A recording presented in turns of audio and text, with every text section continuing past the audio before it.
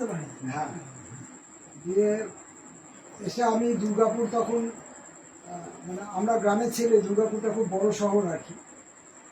তো আমাদের সব ঝাঁ চকচকে জিনিস লাগতো দেখতে। এখন তো দুর্গাপুর ভেঙে গেছে, ভাঙা পরিত্যক্ত ভিটের বাসা হয়ে পড়ে আছে। তখন রাস্তাঘাট একদম মানে খুব সুন্দর। পিছলে যাওয়ার মতো, তেল পড়লে পিছলে যাবে এমন রাস্তা। হ্যাঁ, আর অনর্গল, ওই যে বললাম 78 সাল, অনর্গল ডিএসপি এসপি বাস, হ্যাঁ, স্টাফেরা যাচ্ছেন ফিরছেন। তারপরে সাইকেলে করে টিফিন ক্যারি নিয়ে একদল লোক টিফিন ক্যারি নিয়ে খাবার নিয়ে যেতেন। তা এইসবগুলো দেখে আমাদের একটু অন্যরকম, মানে এগুলো আমাদের কাছে নতুন অভিজ্ঞতা ছিল। তারপরে এবার আমার ওই খাতায় দাগ টানার অভ্যাসটা আমার ছোটবেলা থেকেই ছিল। তা এখানে কারা এই কুকর্মগুলি করেন জানবার জন্য আমি রাস্তায় বেরিয়ে পড়ি। তো বেরোতে বেরোতে বেরোতে বেরোতে বেরোতে বেশিরভাগ ক্ষেত্রে টাউনশিপের বেশিরভাগ মানে সত্যি কথা বললে শুনতে খারাপ লাগে, আর সত্যি কথা না বলেও আমি থাকতে পারি। অধিকাংশ লোকের ক্ষেত্রেই বাড়িতেই আমি উষ্ণ ব্যবহার পাই। কিন্তু এই আমাদের কৃষ্ণদা, সিদ্ধেশ্বরদা, এদের যে সাহিত্য সভা ছিল, উন্নত সাহিত্য সভা, আমি তো ওনাদের থেকে অনেকটাই ছোট। তো ওনারা আমাদের ছোট ভাইয়ের মতো নিয়েছিলেন।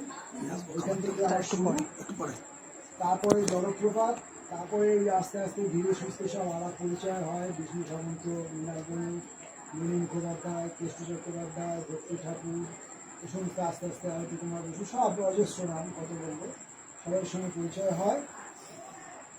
তারপরে আমি একদিন জানতে পারলাম যে আমি একটা কুয়োর মধ্যে ছিলাম, সেখান থেকে আমি একটা বড় পুকুরের মধ্যে এসেছি। এইটুকু জেনেছি। তারপর পুকুর ছেড়ে আর বেরোনো আমার হয়নি, পুকুরেই আছি এখনো।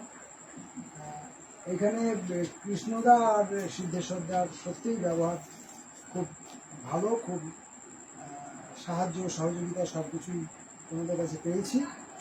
এবার আমার নিজের চরিত্রের দোষে আমি আর লোকজনের সঙ্গে যোগাযোগ রাখতে পারি না, যাতায়াত হয় না, সেটা অন্য ব্যাপার। কিন্তু কৃষ্ণদা, আমি সেদিন বাড়িতে ছিলাম, আমার ওই ওনার মা মারা গিয়েছিল, আমি যখন বাড়িতে ছিলাম, কৃষ্ণদা ফোন করছেন।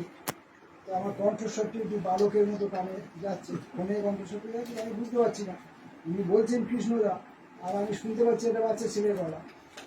যাই হোক, তারপরে কৃষ্ণদা আবার আপনি আগে করে কথা বলছেন, সেটাতেও আমি একটু অসুবিধা হয়েছে বুঝতে। যাই হোক, আমি বললাম যে আমি ফিরে গেলে যাবো।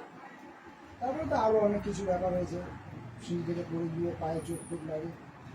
যাই হোক, আমি আজকে যে আসবো সেটাও কনফার্ম ছিলাম না, এলাম, টিফিন দেখলাম, ভালো লাগলো, এই।